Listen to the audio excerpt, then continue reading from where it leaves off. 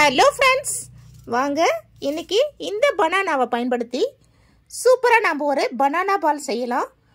இது ரொம்ப வித்தியாசமான ஒரு ரெசிபி. இது செய்யறதுக்கு நம்ம இந்த பனானாவோட தோல் எல்லாம் உரிச்சிட்டு இந்த ஃபோர்க்கு பயன்படுத்தி நம்ம மசிச்சு எடுத்துக்கலாம். நல்லா மசிச்சு எடுத்துட்டேன். இந்த அளவுக்கு நல்லா மசிச்சுக்கோங்க. இந்த மாதிரி மசிச்சுக்கிட்டு இப்போ ரெசிபி செய்ய ஆரம்பிச்சிடலாம். பனானா பால் செய்யறதுக்கு ஸ்டவ் ஆன் பண்ணி நான் ஒரு கடாய் வச்சிருக்கேன். அதுல 1 டேபிள் ஸ்பூன் அளவுக்கு நெய் சேர்த்துக்கலாம். இந்த நெய்யிலே ஒரு 1/4 ஸ்பூன் அளவுக்கு மஞ்சள் பொடி சேர்த்துக்கலாம். கொஞ்சம் அந்த ரா ஸ்மெல் போற அளவுக்கு வறுத்துட்டு, இது கலருக்காக தான், இது ஆப்ஷனல் தான். நீங்க வேணும்னா சேர்த்துக்கோங்க, வேணும்னா ஸ்கிப் பண்ணிடுங்க. இதுலயே நம்ம மசிச்ச வாழைப்பழத்தை சேர்த்துக்கலாம்.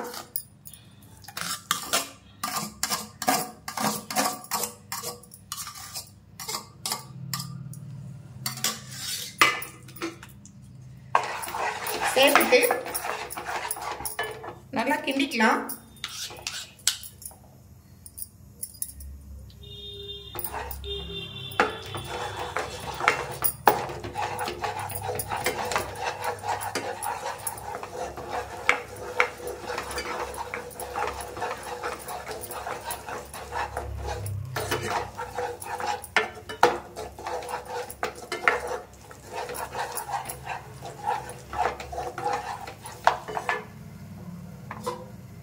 இதோட 1 கப் அளவுக்கு ரவை சேர்த்துக்கலாம். ரவையும் சேர்த்து நல்லா கிண்டிக்கலாம்.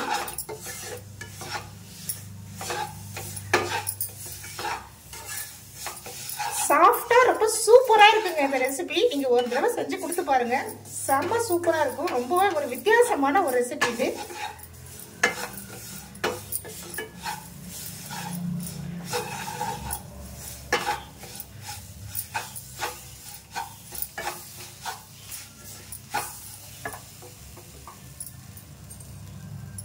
இதோட ஒரு 1/2 கப் அளவுக்கு காய்ச்சி ஆற வச்சுனா கெட்டியான பால் இது சேர்த்துக்கலாம்.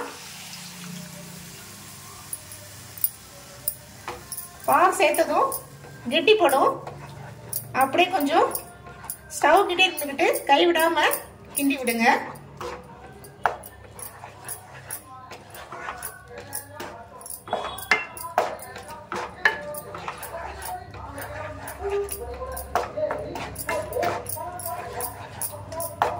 இந்த அளவு கலந்து விட்டதும் ஒரு 3/4 கப் அளவுக்கு தேங்காய் துருவல் சேர்த்துக்கலாம்.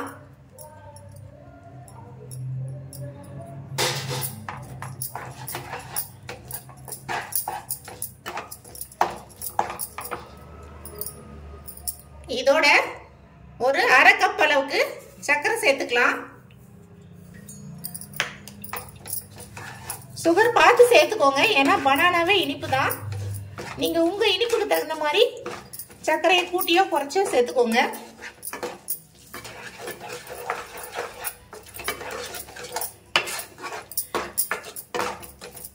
இது அப்படியே கொஞ்சம் இலக்கி அதுக்கப்புறமா நல்லா குக் ஆக ஆரம்பிக்கும்.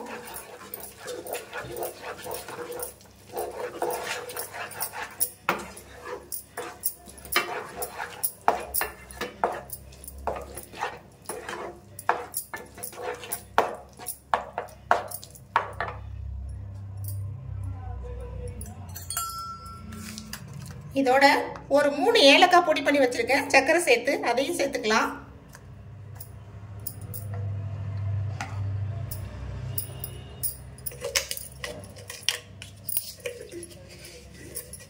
இந்த இனிப்பு சுவையை கூடுதலாக்க கொஞ்சம் போல ஒரு பிஞ்ச் அளவுக்கு உப்பு சேர்த்துக்கலாம்.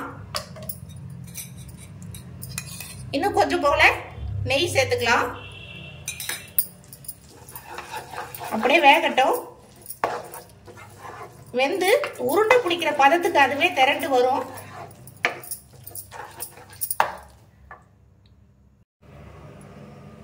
வெந்துருச்சா ஓபன் பண்ணி பார்க்கலாம். இந்த மாதிரி ஒரு மூடி போட்டு கொஞ்ச நேரம் வேக விடுங்க. நான் இடையில ஒரு 2 தடவை எடுத்து கிளறி வச்சேன். அதே மாதிரி இடையில திறந்து பாருங்க, இல்லாட்டி அடி பிடிச்சிரும்.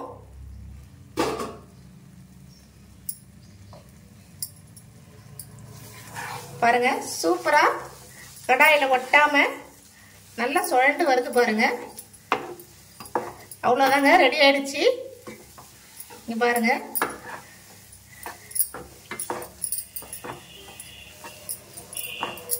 இப்போ ஸ்டவ் ஆஃப் பண்ணிடுறேன். ஸ்டவ் ஆஃப் பண்ணிட்டு இதை ஆற விடலாம்.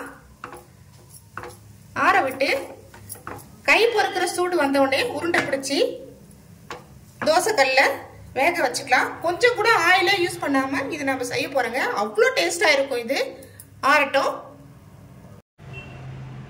பாருங்க, நல்லா ஆறிடுச்சு. கையில் எடுக்கிற அளவுக்கு பாருங்க, நல்லா ஆறிடுச்சு. இப்போ கையில கொஞ்சமா நெய் அப்ளை பண்ணிக்கிட்டு நான் ஸ்டவ்ல தோசைக்கல் வச்சு அதுல கொஞ்சமா நெய் வந்து தேய்ச்சி வச்சிருக்கேன். இதுல அப்படியே இந்த உருண்டைகளை பிடிச்சி அழகா அடுக்கிக்கலாம். லைனா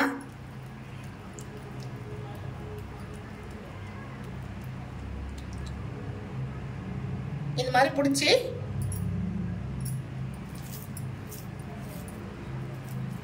அப்படியே அந்த கல்லுல கொஞ்சம் கொஞ்சம் இடைவெளி விட்டு அழகா அடுக்கிக்கலாம்.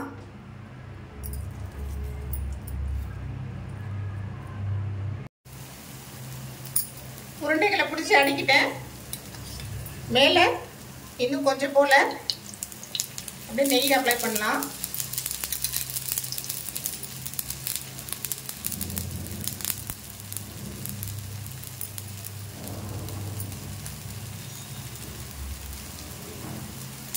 அப்படியே வேகட்டோன்னு திருப்பி விடலாம்.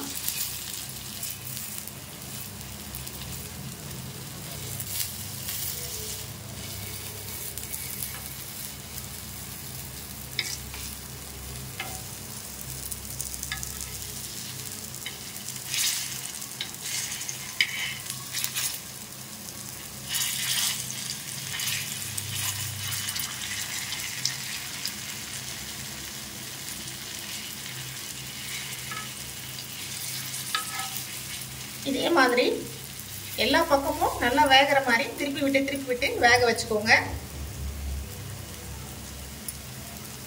எல்லாத்தையும் வேக வச்சுட்டு நான் உங்களுக்கு எடுத்து அதுக்கப்புறம் காமிக்கிறேன். ஃப்ரெண்ட்ஸ், சூப்பராக நம்ம பனானா பால் ரெடி ஆயிடுச்சு. ரொம்பவுமே டேஸ்டாக இருக்கும் இந்த பனானா பால் ரெசிபி. ஒன்று எடுத்து புட்டு காமிக்கிறேன் பாருங்க. இது முன்னாடியே வந்து வெந்த மாவுங்கிறதால நீங்கள் வந்து ரொம்ப வேக வைக்க வேண்டாம்.